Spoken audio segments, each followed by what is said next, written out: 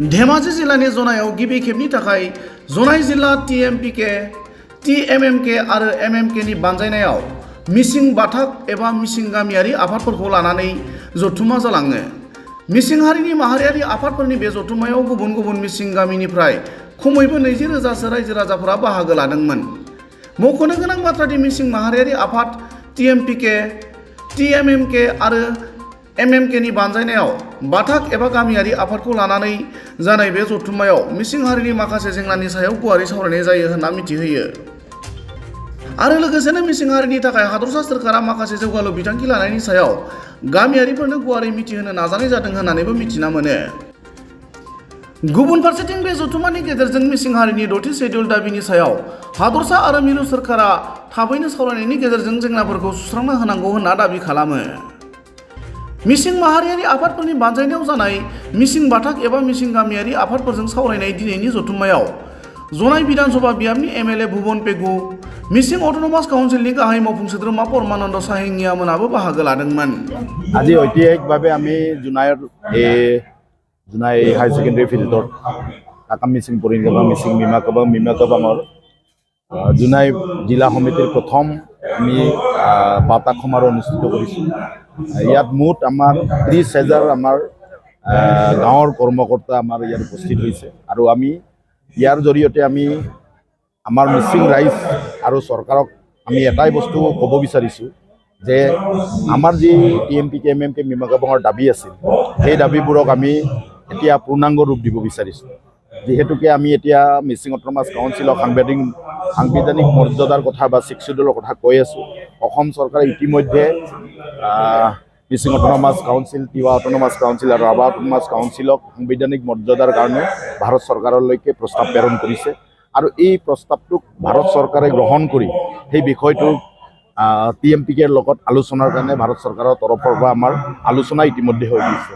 আজি আমি এই সভাৰ জৰিয়তে বা এই আজিৰ যি সমাৰোহ এই সমাৰোহৰ জৰিয়তে ভাৰত চৰকাৰ অসম চৰকাৰক আমি দাবী উত্থাপন কৰিব বিচাৰিছোঁ বা এখেতসকলক জ্ঞাত কৰাব বিচাৰিছোঁ যে অনাগত দিনত আপোনালোকে আমাৰ যি দাবী আছে ষষ্ঠ অনুসূচীৰ বা 6th শিডিউলৰ দাবী আছে এই দাবীটোক অতি সোনকালে ইয়াৰ সমাধা উত্তৰ ওলাব লাগে আৰু সেই সমাধা উত্তৰৰ জৰিয়তে আমি আজি এই সংগ্ৰামটোক আৰু এখোজ আগুৱাই নিয়াৰ কাৰণে আমি এই যি বাতাক সমাৰোহ আছে এই সমাৰোহ আছে আমি অনুষ্ঠিত কৰিছোঁ। লগে লগে আমি মিচিং ভাষাক আমি প্ৰাথমিক পৰ্যায়ত শিক্ষাৰ মাধ্যম হিচাপে ঘোষণা কৰাৰ কথা কৈছিলোঁ আৰু সেই বিষয়টোক অসম চৰকাৰে ইতিমধ্যে সিদ্ধান্ত গ্ৰহণ কৰি প্ৰথম পৰ্যায়ত 200খন স্কুলত প্ৰাক প্ৰাথমিক লেভেলত মিডিয়াম অফ ইনষ্ট্ৰাকশ্যনৰ কাম আৰম্ভ কৰাৰ কথা ইতিমধ্যে ঘোষণা কৰিছে আৰু এই কামকো আমি প্ৰত্যেকটো মিচিং স্কুলত যাতে অনাগত দিনত মিডিয়াম অফ ইনষ্ট্ৰাকশ্যন হ'ব পাৰে সেই আজিৰ এই সমাৰোহৰ জৰিয়তে আমি অসম চৰকাৰক দাবী উত্থাপন কৰিছোঁ আৰু আমাৰ যিসকল মিচিং ৰাইজ আছে বা অন্যান্য জাতি জনগোষ্ঠী সেইসকলকো আমি জ্ঞাত কৰাব বিচাৰিছোঁ যে অনাগত দিনত আমি প্ৰত্যেকটো স্কুলত প্ৰত্যেকটো LP স্কুলত আমাৰ মিডিয়াম অফ ইনষ্ট্ৰাকশ্যন হওক। লগে লগে আমি ক'ব বিচাৰিছোঁ যে আমাৰ অঞ্চলৰ ডেভেলপমেণ্টৰ কথা, আমাৰ অঞ্চলৰ আন্তঃগাঁথনিৰ কথা, যেনে ধৰক আপুনি নিশ্চিতভাৱে গম পাইছে যোৱাকালি পবা ৰিজাৰ্ভখনক আজি বন্যপ্ৰাণী সংৰক্ষিত এৰিয়া হিচাপে ঘোষণা কৰিছে অসম চৰকাৰে। তো ইয়াৰ জৰিয়তে আমি যেনেকৈ আমি পবাৰ জৰিয়তে জোনাইক সংৰক্ষিত কৰিব বিচাৰিছে ঠিক তেনেধৰণে আমাৰ অঞ্চলত থকা অন্যান্য যিবোৰ গৰাখহনীয়া বা অন্যান্য অঞ্চল যিবোৰ বানপানী হৈ আছে এই গোটেই অঞ্চলবোৰকো আমি এতিয়া প্ৰটেকশ্যন কৰিবৰ কাৰণে আমি এই যি বাতাক সমাৰোহ আছে এই সমাৰোহৰ জৰিয়তে আমি অসম চৰকাৰক জনাব বিচাৰিছিলোঁ। তো আজি আমি নিশ্চিতভাৱে আমি সফল হৈছোঁ বুলি দৃঢ়তাৰে প্ৰকাশ কৰিব বিচাৰিছোঁ যে আজি আমি বিচাৰিছিলোঁ 20,000 মানুহ, আজি আহিছে 30,000 মানুহ। 30,000 গাঁৱৰ কৰ্মীক লৈ আমি আজি বাতাক সমাৰোহ অনুষ্ঠিত কৰিছোঁ আৰু এই সমাৰোহ আমি 2 তাৰিখে ধেমাজিত কৰিম, এই 6 তাৰিখে চিলাপথাৰত কৰিম, 7 তাৰিখে আমি মাজুলীত কৰিম আৰু এনেকৈ আমি 15 ছেপ্টেম্বৰলৈকে প্ৰত্যেকটো জিলাত অনুষ্ঠিত কৰি অসম চৰকাৰ আৰু মিচিং ৰাইজক আমি একত্ৰিত কৰি আমাৰ আন্দোলন আৰু এখোজ আগুৱাই নিয়াৰ কাৰণে আমি চেষ্টা কৰিম। এমএমকে মিমাকাবাঙত যোৱা এমাহ জোৰা একেবাৰে শদিয়াৰ পৰা শোণিতপুৰলৈকে যিখিনি মিচিং গাঁও আছে প্ৰত্যেকটো মিচিং গাঁৱত যে বাতাক মানে গাঁও সমিতি গাঁও সমিতিবোৰ ষ্ট্ৰেংথেন কৰা হ'ল। গাঁও সমিতি ক'ৰবাত যদি নাছিলে এইটো বনোৱা হ'ল আৰু গোটেই গাঁও সমিতিখিনিক লৈ প্ৰত্যেক জিলাই এনেকুৱা 52টা সমাৰোহ আয়োজন কৰা হৈছে।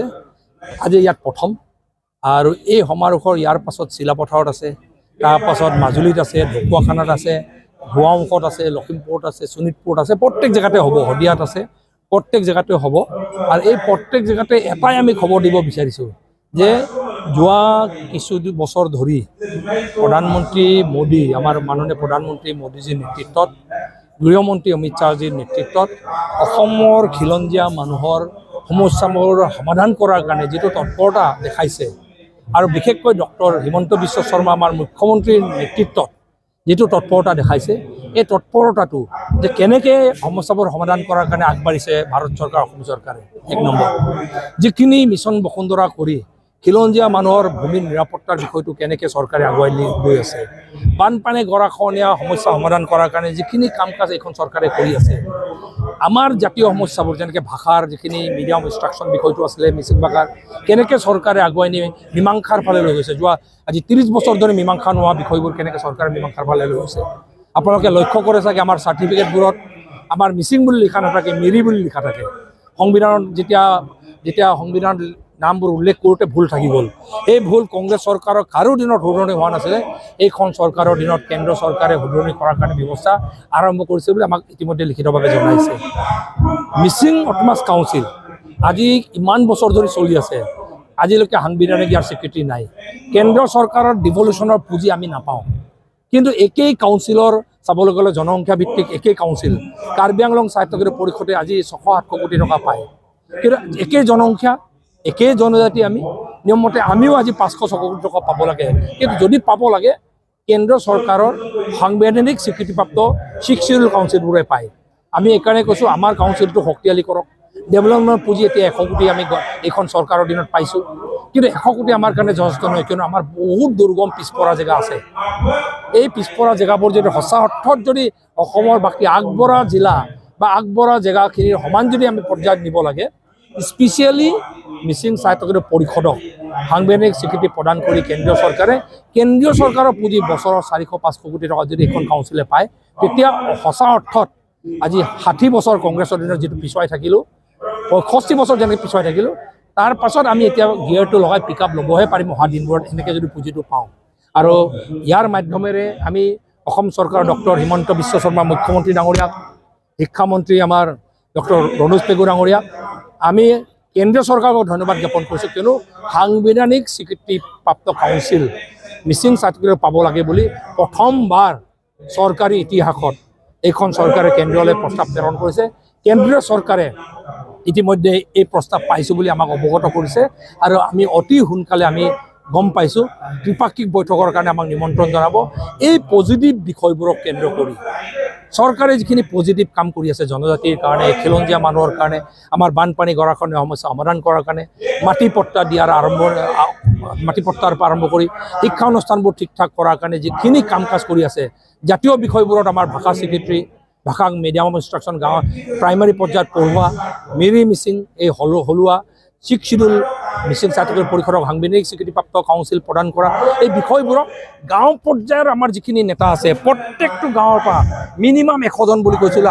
আজি ভাল লাগিছে, 100 নহয় 150 কিছুমানৰ পাইছে, 200 আহিছে, আৰু যেনেকৈ হিল্লল ভাঙি জনগণ ওলাই আহিছে, মই ভাবোঁ এই ঐক্যবদ্ধ এই এটা শক্তিশালী সংগ্ৰামক আমি শৃংখলিতভাৱে আগুৱাই লৈ গৈ আমাৰ যিখিনি সাংবিধানিক প্ৰাপ্ত অধিকাৰ আছে এইটো পাব পাৰিম। তাৰ কাৰণে আজি মোকো নিমন্ত্ৰণ জনাইছিলে। চৰকাৰী বিষয়ৰ ভিতৰত কি কাম হৈ আছে এই কথাবোৰ অৱগত কৰাৰ কাৰণে মোক মাতিছিলে, মই আহিলোঁ। মই আজি TMPK MMK মিমাকাবাঙত বিশেষকৈ কেন্দ্ৰীয় সমিতি আৰু জোনাই জিলা সমিতিৰ নেতৃবৃন্দক মই ধন্যবাদ জ্ঞাপন কৰিছোঁ। আজি তেখেতসকলে সঁচা অৰ্থত বহু যুগৰ মূৰত এনেকুৱা বিশাল বৃহৎ প্ৰত্যেকটো গাঁৱৰ আমাৰ যিখিনি কৰ্মী বাহিনী আছে চবক আজি ইয়াতে নিমন্ত্ৰণ জনাই ইয়াত সমবেত কৰি এই কথাবোৰ গাঁৱৰ মানুহৰ একেবাৰে হৃদয়লৈকে লৈ যাব পৰাকৈ আজি ইয়াত মিটিংটো কৰাৰ কাৰণে মই ধন্যবাদ জ্ঞাপন কৰিছোঁ।